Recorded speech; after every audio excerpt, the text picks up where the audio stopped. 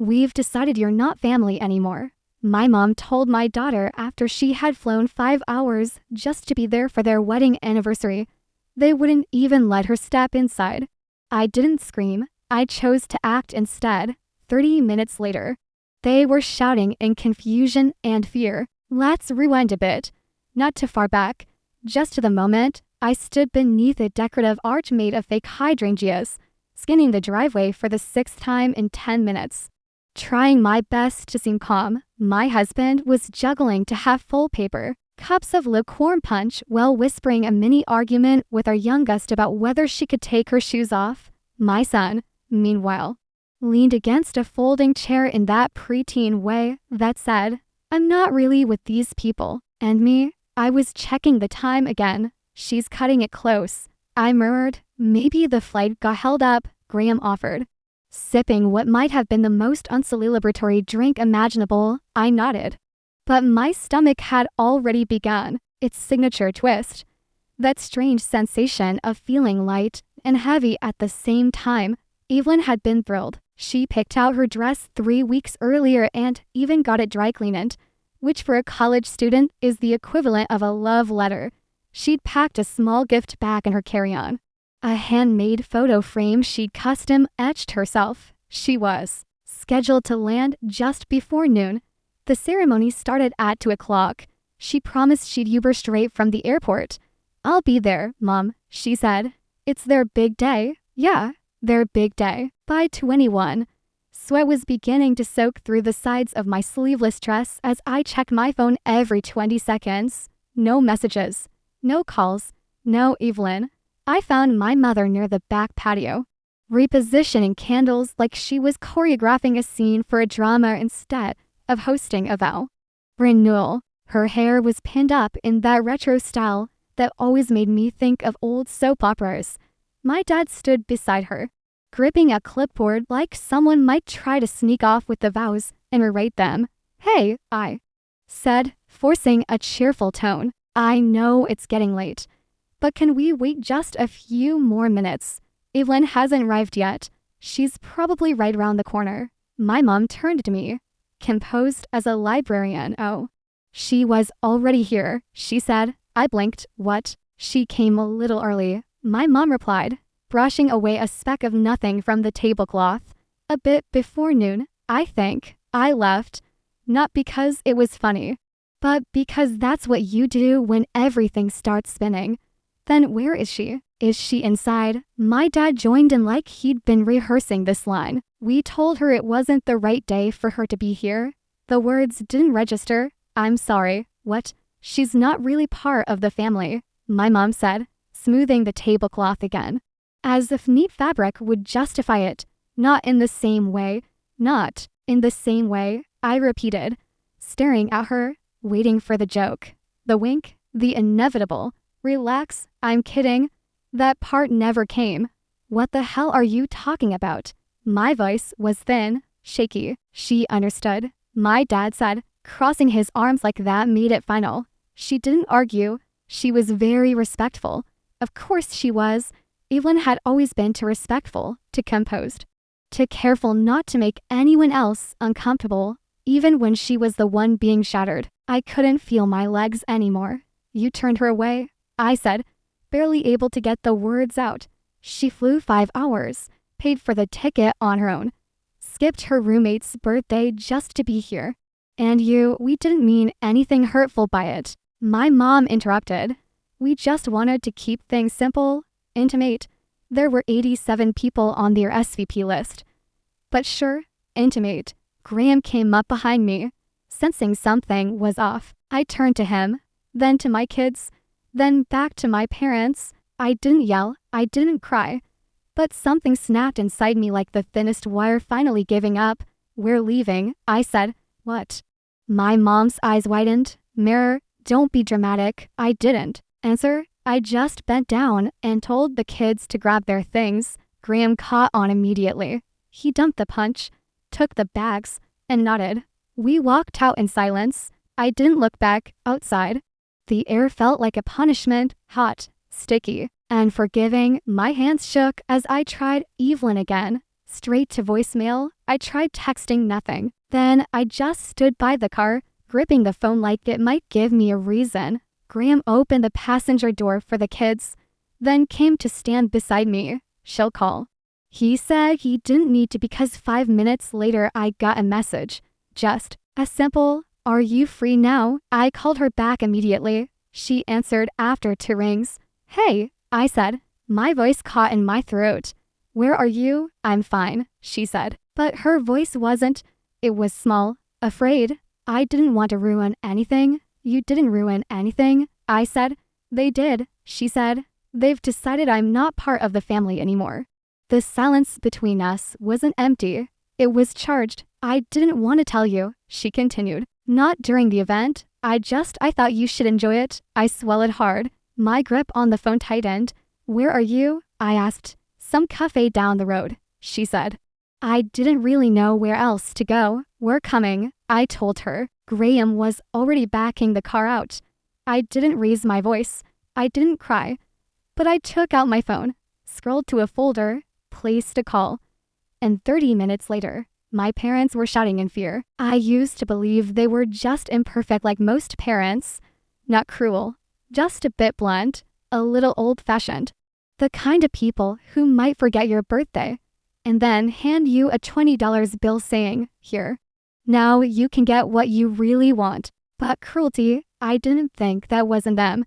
At least not until I heard my daughter repeat the same line that had been thrown at me half a lifetime ago. They said, "I'm not really family." And right then it all clicked into place. I was the middle child growing up. You know the type. Old enough to be blamed. Not old enough to be taken seriously. Too young for real responsibility. Too old to be the adorable one. My older brother, Colin, the overachiever. My younger sister, Ruth, the baby. And me, I was the buffer, the placeholder. The one who filled in the space in family photos without adding much meaning to them. At first, the signs were subtle, tiny things. On birthdays, Ruth would receive handmade glittery cards. Colin, a cake specially designed with his favorite football team's logo. Me, I once got a plain sheet cake from the grocery store with the wrong name on it. And when I pointed it out, "Omar, it's just cake. Don't be difficult," that line would become a refrain. But it was never just about the cake. It was never just anything. I must have been around 12 or 13 when I first heard them say it. I had made a new friend, Meyer. She was bold, wore black nail polish, talked about becoming a tattoo artist. My parents couldn't stand her or her parents. "We don't know what kind of people they're." My mom had muttered like they were stockpiling weapons, not raising a teenager who liked eyeliner. Still, I kept seeing Meyer. Then one Saturday, I woke up to an empty house. I figured they'd gone to pick up groceries. Spoiler, they hadn't. They'd gone to the amusement park, the one we'd been planning to visit for weeks, and I wasn't invited. Later, their tears after Ruth let it slip by accident. I asked my mom why. She laughed and said, "We just didn't feel like you were really part of the family that day." And everyone chuckled, even Ruth, even Colin, because apparently it was just a joke. That evening, I sat at the dinner table with puffy eyes and a plate of leftover hot dogs. I asked her if she meant what she said. "Oh, Moira, of course not," she replied. "But honestly, if you're going to make this big a deal over a harmless joke, maybe you need to think about your behavior." She told me I had embarrassed myself, that I should reflect on how I made them feel. So I apologized. And for years, I truly believed I had overreacted, that maybe I had earned it. Years later, I met my first husband when I was 22. His name was Aaron. He grew up in the foster system, bounced around a lot, but he was steady kind, the kind of man who fixed your broken chair before you even asked, and knew how to cook actual food that didn't come out of a box. My parents hated him. Where's his family? My dad had asked over dinner the first time we brought Aaron home. He doesn't have any, I said. My mom tilted her head like a curious bird. "That's so sad." Said to them meant suspicious. They never said it outright, but it was clear they didn't think he belonged. He wasn't our kind. He was soft-spoken, worked with his hands, and didn't have a degree from a shiny school. What he did have was heart, which apparently wasn't enough when we got married, my mom said. Just promise me one thing, you won't expect us to pretend this is a good idea. I said nothing, mostly because I had no idea how to answer that without flipping a table. They did come to the wedding, but they brought energy like they were attending a funeral when Evelyn was born. Everything softened for me anyway, for them, not so much. He looked like Aaron, big brown eyes, expressive eyebrows, quiet curiosity. She didn't cry much as a baby, didn't demand anything. Just watched thoughtful from day one. My parents kept her at arm's length. They didn't say it. They didn't have to. One Christmas, they brought all the grandkids personalized ornaments. Evelyn's was generic, store-bought with G in block letters. Not her name, just Joy. My mom actually said, well, we weren't sure what she was into. She was 4. What she was into was stickers and grilled cheese. But okay, I tried talking to them about it once. My mom told me not to read into everything my dad said. I was always trying to find fault. Eventually, I stopped asking years later. Aaron and I divorced. It wasn't dramatic. We just changed. He moved to a different city. Still visits Evelyn regularly. We co-parent. Well, better than some couples I know who are still married. My parents, you'd think they'd won a war. Well, my mom had said sipping her tea. I suppose we all make mistakes, but you've really grown from it. Then I met Graham, my now husband, steady, funny, middle class, from the right kind of town. Went to college, wears polos unironically. My parents loved him on sight. We're so proud of you. My dad had said at dinner one night, you really turned your life around. I almost spit out my drink. Turned my life around like Evelyn was part of a detour. I wasn't supposed to take it. Became clear with time. Evelyn's half-siblings got real attention. Real gifts, real warmth. She got polite smiles and last-minute invites. Sometimes I caught her noticing, but she never said anything. She just folded her feelings neatly and put them on a shelf somewhere. Ruth, my sister, started to change once she had kids of her own. She started noticing things the way our parents always leaned on me, always dismissed me. She apologized quietly. She started calling me more, inviting me to things, offering babysitting, help without waiting for me to ask. It wasn't fair, she said. Once the way they treated you growing up, I see it now. We didn't talk about it constantly, but I knew she saw it. That meant something. Colin, on the other hand, still the golden boy. He worked in finance, married someone who referred to herself as classy in her wedding vows, and sided with our parents on everything. They're old. He said once, just let them be who they are. And maybe next time I'll let a raccoon live in my car because it's cold out. When my parents announced they were renewing their vows for their anniversary, all 3 siblings were asked to contribute. Equally, I paid my share, sent in photos for the slideshow, help with the playlist. Evelyn was included in the group email. She was excited. I let myself believe it might be different this time. They were older now, maybe softer, maybe ready to see the difference between parenting and punishment. Maybe they treat all the grandkids the same, maybe. And then they turn her away when I called Ruth from the car. She sounded winded. Wait, she was there. They told me she couldn't make it. They lied. I said. Ruth was quiet for a second. Then more. That's disgusting. They told her she wasn't family.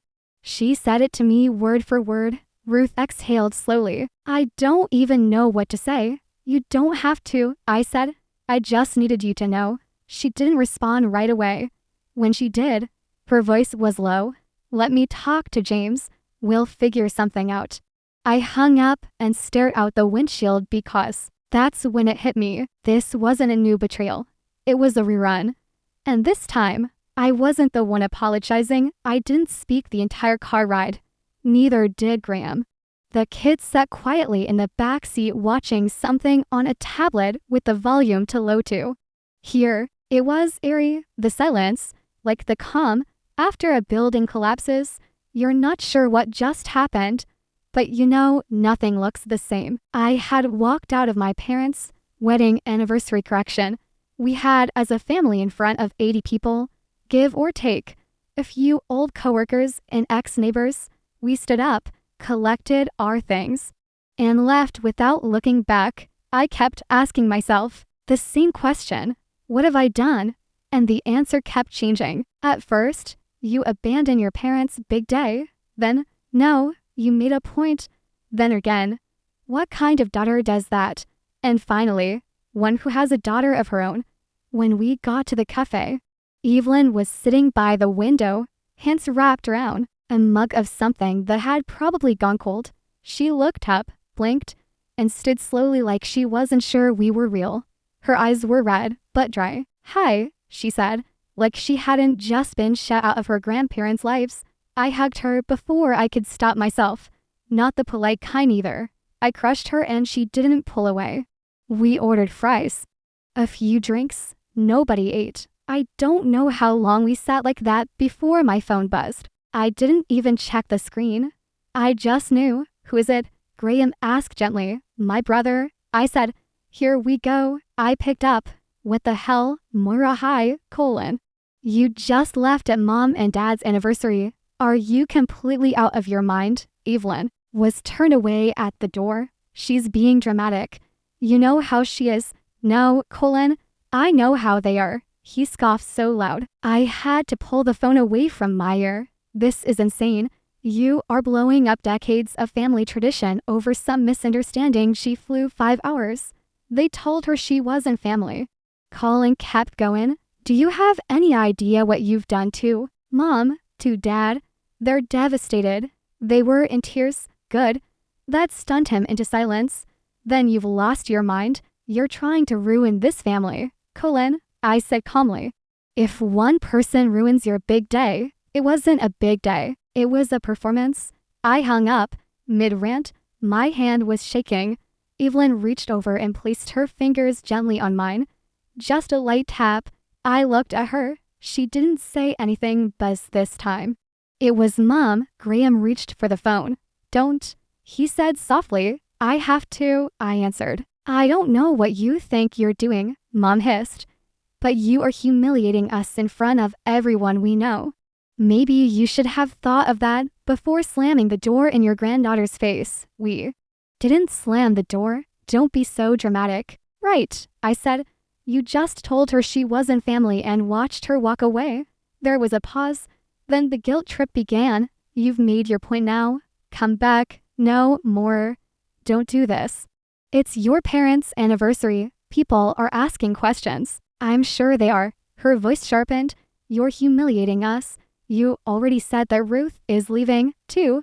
What did you say to her?" I hung up. 2 minutes later, a text popped up from Ruth. "We're leaving, too." I held the screen up for Graham. He raised his eyebrows. Evelyn leaned in. "I wasn't the only one." I said we weren't the only ones, and that's when it really hit me. Not just what we had done, but what it meant. We didn't stay quiet. We didn't swallow it. We left. We got up in public and made it known that this wasn't okay. Not anymore. 10 minutes later, Ruth and her husband showed up at the cafe with their kids.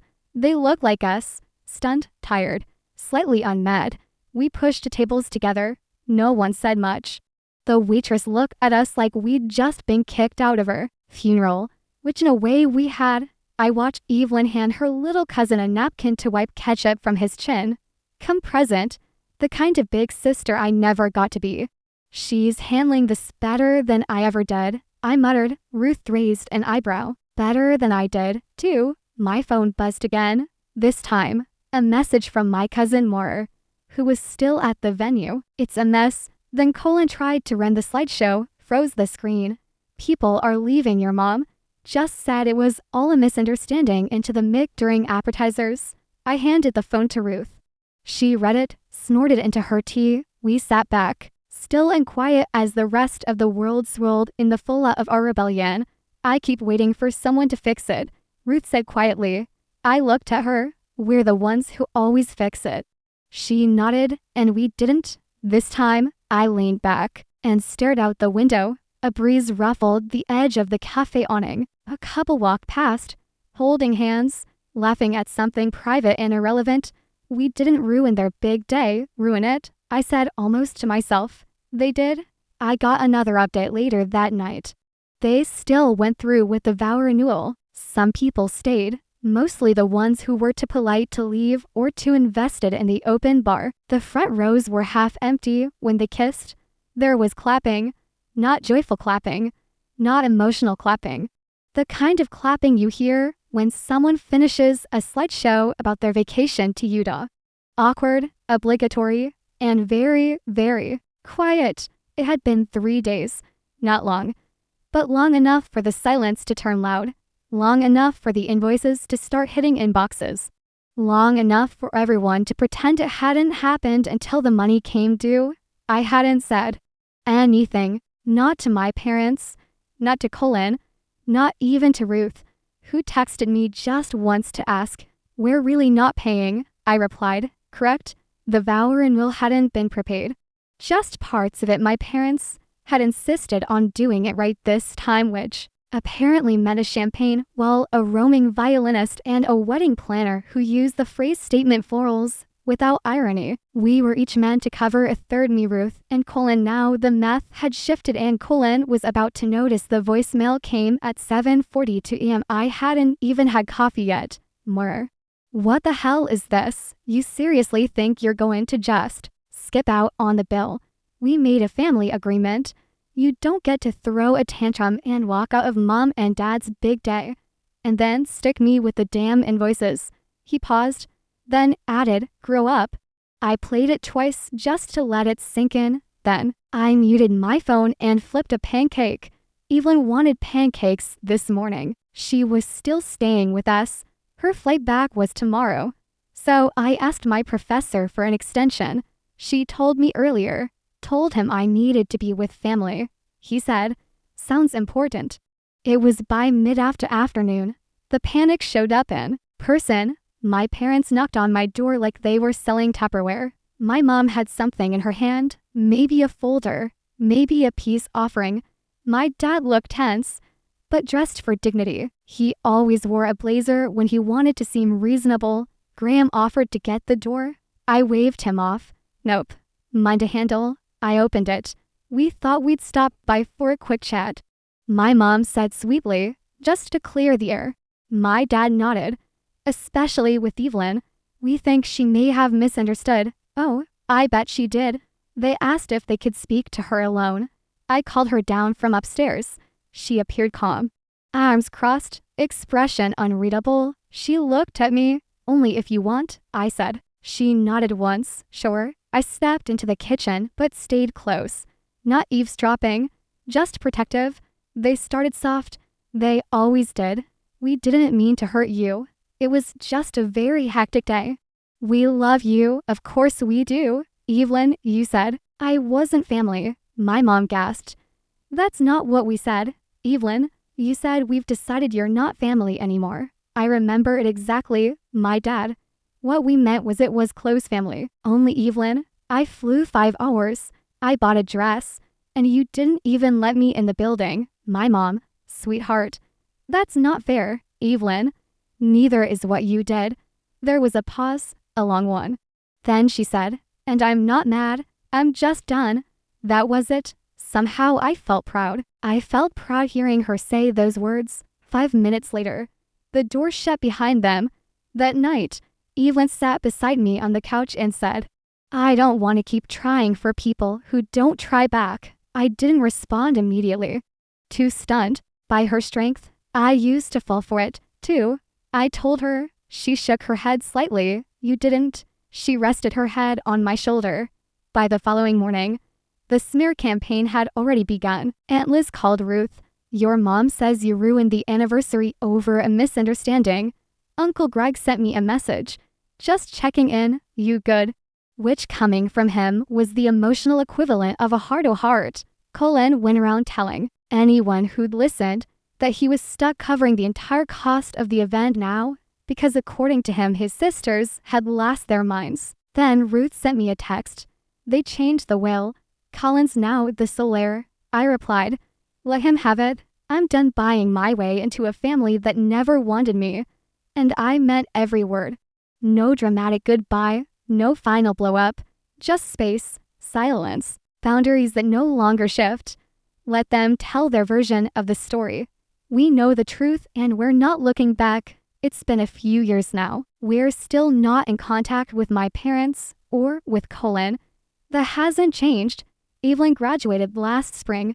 She moved back to the city. She's got a job she loves, friends who feel more like family, and a cozy little studio apartment that's somehow nicer than anything I had at her age. She never talks about her grandparents, and honestly, I don't think she even remembers them anymore. A few months ago, Colin showed up at our doorstep without warning. Graham answered. I stayed on the couch. Colin looked exhausted more than just physically. He asked whether we were planning to resume helping mom and dad. Apparently, the retirement villa, the travel club, the imported furniture, none of it came cheap. And ever since we stopped supporting them, he'd been covering all the bills himself, willingly. Of course, they'd promised him everything. The house, the savings, the legacy, only there was nothing to inherit. Turns out they'd been overspending for decades. Their net worth, negative. The house, mortgaged to the max. The inheritance, just a fantasy dressed in velvet curtains and accessorized with a wine fridge. They lied to him, too. He left in a rage after an argument I didn't witness and don't intend to ask about. Last I heard, he cut them off as well. Ironic, really. They pushed Evelyn away for not being family and ended up with no family at all. But me, I'm doing okay. I chose my daughter. I chose my self-respect and I would choose them again. But you, tell me, did I go too far or just far enough? Let me know in the comments. And if you want more stories like this, don't forget to subscribe and tap that bell.